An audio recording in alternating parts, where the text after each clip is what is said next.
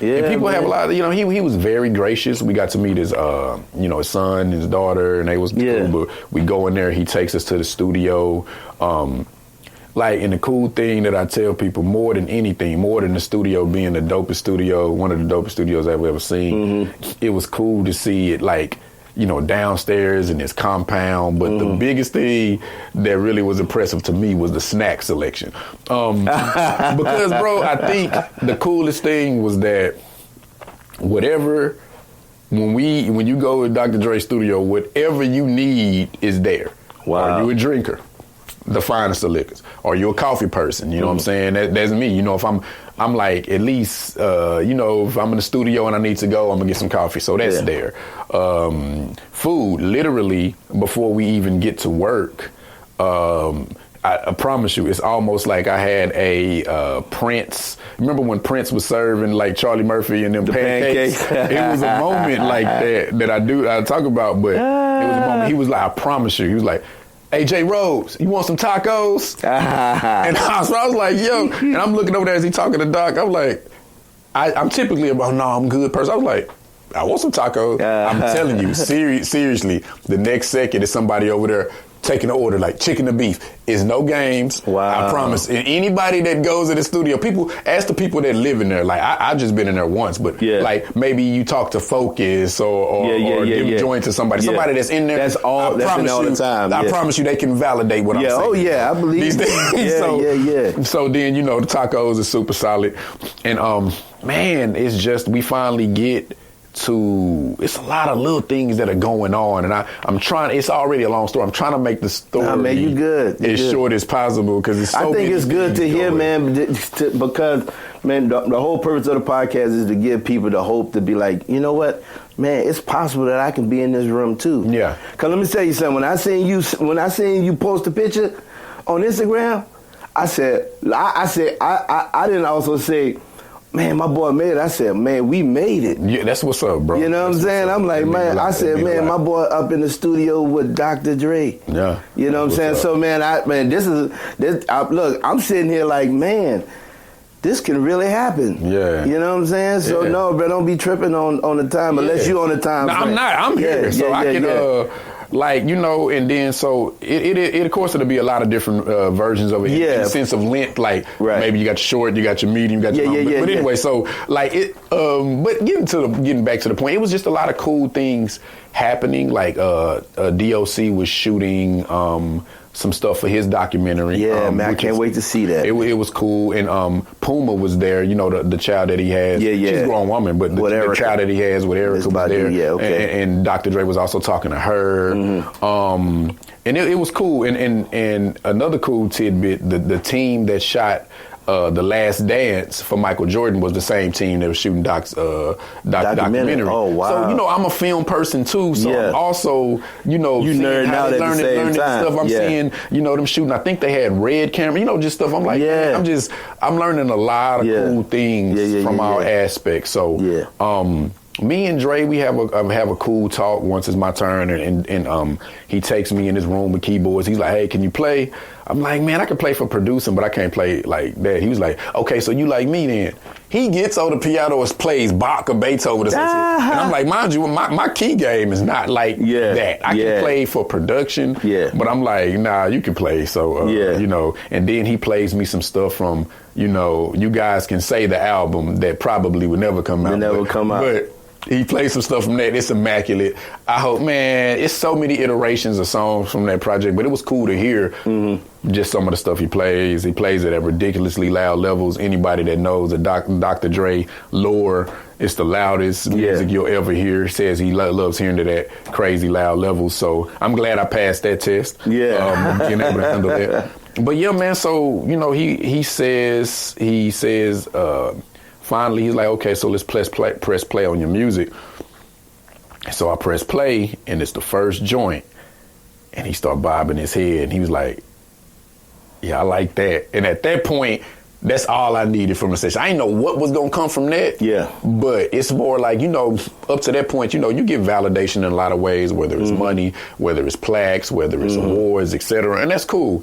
But to get the validation from a GOAT and somebody that made, between Dr. Dre, and Timbaland, and then Pharrell later, and maybe some other people too, but I think those are the ones on my brain. That's the reason that I really wanted to be a producer. Wow. So when you get that kind of validation, it's just more like, that's just something extra that's going to stick with you forever. Yeah. So that was crazy, and I'm just like, he was like, man, you know, you got a little time to, you know what I'm saying, stick around and create. I was like, hell, I said my exact words. I was like, hell yeah, like, I don't have nothing else to do. This is the reason why I flew down here. Yeah. And so, man, he gave me a lot of cool opportunities. Like, he was like, hey, do you work in Pro Tools? I'm like, honestly, no.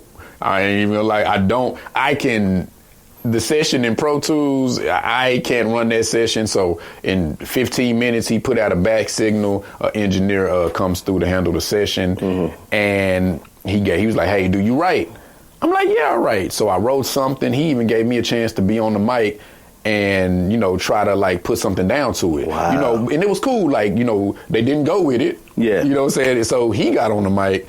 And I'm telling you, people are like, well, Dr. Dre's not a writer. Now, Dr. Dre is an artistic genius because I saw it in real time. Yeah. He's going to do whatever it takes to get the best song possible. Yeah. He got on it. There was no pen to paper. He was on the mic. He was doing something. He put something down. Hey, you like that? DOC like, hey, how about you do this? Right. Then somebody else like, hey, let's do this. Right. And they're just going back and forth, recording in real time, no pen, no paper. Right. Collaborative effort. Yeah. And Dre is definitely like, people don't think he's a writer in the sense of like, oh, I'm Jay-Z, I'm writing, or oh, I'm, you know, a ghostwriter, whatever. But he literally is a part of that creative process, and he's like the composer of it all. Yeah. So it was cool to see. Like, I saw that process in real time, and they made like a super cool joint. Right. Man, you know, even to that point, like, I'm sitting here thinking, you know, because that always been a conversation if Dr. Dre was a writer or somebody to write stuff for him. Mm-hmm. But man, like, this brother here has paid his dues, because if I'm going back to the movie, mm-hmm. and if the movie was accurate like it was, for him to be able to coach Eazy-E bar by bar, mm-hmm. on how to sing this, to rap this song, because Eazy wasn't a rapper nor a writer. Mm-hmm. You know what I'm saying? But he literally punched in every 96, you know, them 96 bars, and I'm like, mm-hmm. man, and so we giving Dr. Dre flack on about being a ghost, having a ghost writer, mm-hmm. when you got this guy here, this gentleman, this genius, mm-hmm. produced Eazy as a rapper. Yeah. And look, and that's just that one song that we see on the movie. Eazy had a whole album of songs. So man, I mean, I think when it comes to that, yeah, when it comes mm-hmm. to, you know, the conversation of Dr. Dre being having a ghostwriter, so I think, man, that is out the window. Because yeah, it has to be, bro, because I think, especially when you look at it, I do a lot of sports analogies. Yeah. He's even more. You have, let's just say, if writers, that's specifically writers, if they're players, if like they're 3-point specialists, yes. or people that got hops or whatever, that's a specific thing.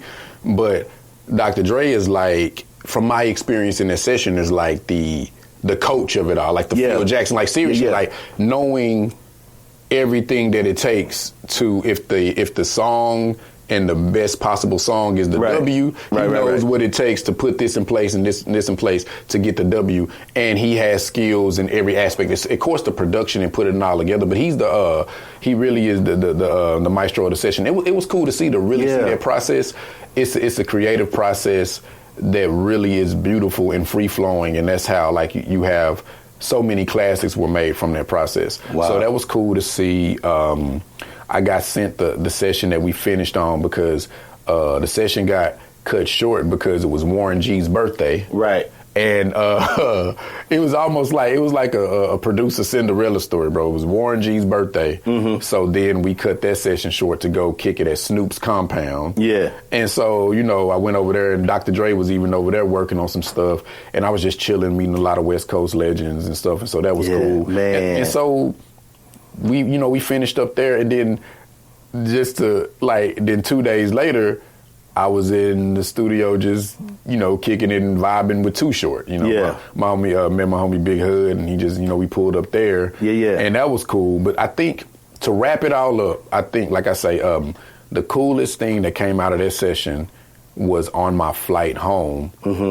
I think it was God reminded me that even though I made it to this point and this was cool, I was going to make my mark in the world and in the industry by my own brand. Yeah. Because I'm talking about after this wonderful session, I get in the airport, then I get an email, and it's an email from the track that I produced for Lecrae, Welcome to America.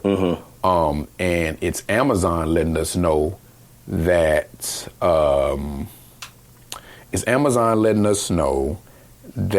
the Regina King film, directed film, produced film, whatever, one of them, One Night in Miami was requesting a sync. And it's like getting on that plane about to get on that plane and getting that, and it was going to be a crazy amount. Just my percent was tens of thousands of dollars. You know? So it was just more like, at the end of the day, this is cool, this is great. You reached a level to where you can work with Dr. Dre. You reached a level to where you can be in these places. But don't forget that your brand is what got you here. Don't forget that your brand and working on your music and the things that you've done has gotten you, your acclaim and it's payday, et cetera. So that was a cool bow on a very cool session to remind me to keep doing my thing, and that's the reason why I was able to do the other things. Yeah, man, that's beautiful, bro. Yeah. That is beautiful, man. Beautiful, and man, I want to say this too, man. Shout out to Warren G. Yeah, man. Look, I think when we look at the celebrities and stuff, and we see them online, it's like that's the farthest you see them. That's the farthest you may get to them. Is just seeing their pictures and stuff. But man, I mean, even myself, me and Warren G got a good relationship. That's what's up. You know what I'm saying? He reached out to me because of what I was doing on the iPad. That's what's up. You know what I'm saying? But and then what happened? We never could get around to me actually teaching him. Me getting with him and teach him. But then he was like, "Yo, man." He started seeing that I was making samples and stuff, and he's like, "Yo, man, can you make personal packs for me?" That's what's what I'm saying. And then just building that relationship that way, man. And my point of saying that is, even how you had access to DOC, you know what I'm saying, a legend in the game. Even and now, granted, he's in your hometown, but being able to say, yeah, man, me and DOC, we tight like that, and then that go from there to there, man. I just think that sometimes that is a misconception that when you look at when it comes to celebrities like that, they're not reachable. You know what I'm saying? So I think it's beautiful, man. I think even in the space that Dr. Dre is in. You know what I'm saying? For him to be able to say, man, J. Rhodes, what kind of tacos you want? You know what I'm saying?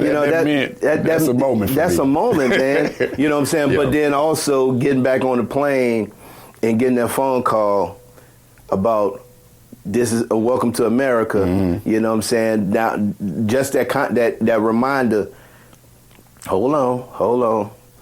That's good. That was, man, look, that moment was set up for you to grasp all that. Yeah, but then getting back to what you called to do. I think that's beautiful. That was a beautiful moment, bro. Yeah. Because it's like, I think, the Lord was just showing me, just speaking to me in that way. And it was just like, you're reaching these highs, things you dreamed about. Like, sometimes we got to realize that we're living in a prayer that we prayed years ago. Yeah. So it's like, we're praying for new things now, but take a second to really be thankful that the prayer that you prayed, you're living in. And so that moment took place. And then the moment with me being brought back, like, hey, the stuff that you put in for yourself is what brought you here. Yeah. And so that was cool. But then I need to give you your flowers right now, too, because something that you may not know that you should know is not only like, I think the Never Fight an African joint that I did with Styles P, if we're talking about loops, that was one of your drum loops that set that track off. Yeah. I have another one with Styles P, Really Us, that was your drum loops that set it off. Wow. And the joint that Dr. Dre loved, that I think is one of my best beats ever, is also one of your drum loops that set it off. You got to let me hear that. I gotta let you hear this. So it's like, I need to, like, at the same time, like, as producers, you produce a lot of ways. Like, a lot of people love my drums. That's cool. Yeah. But what I do as a producer, I don't limit myself. If you send me something and I like the drums,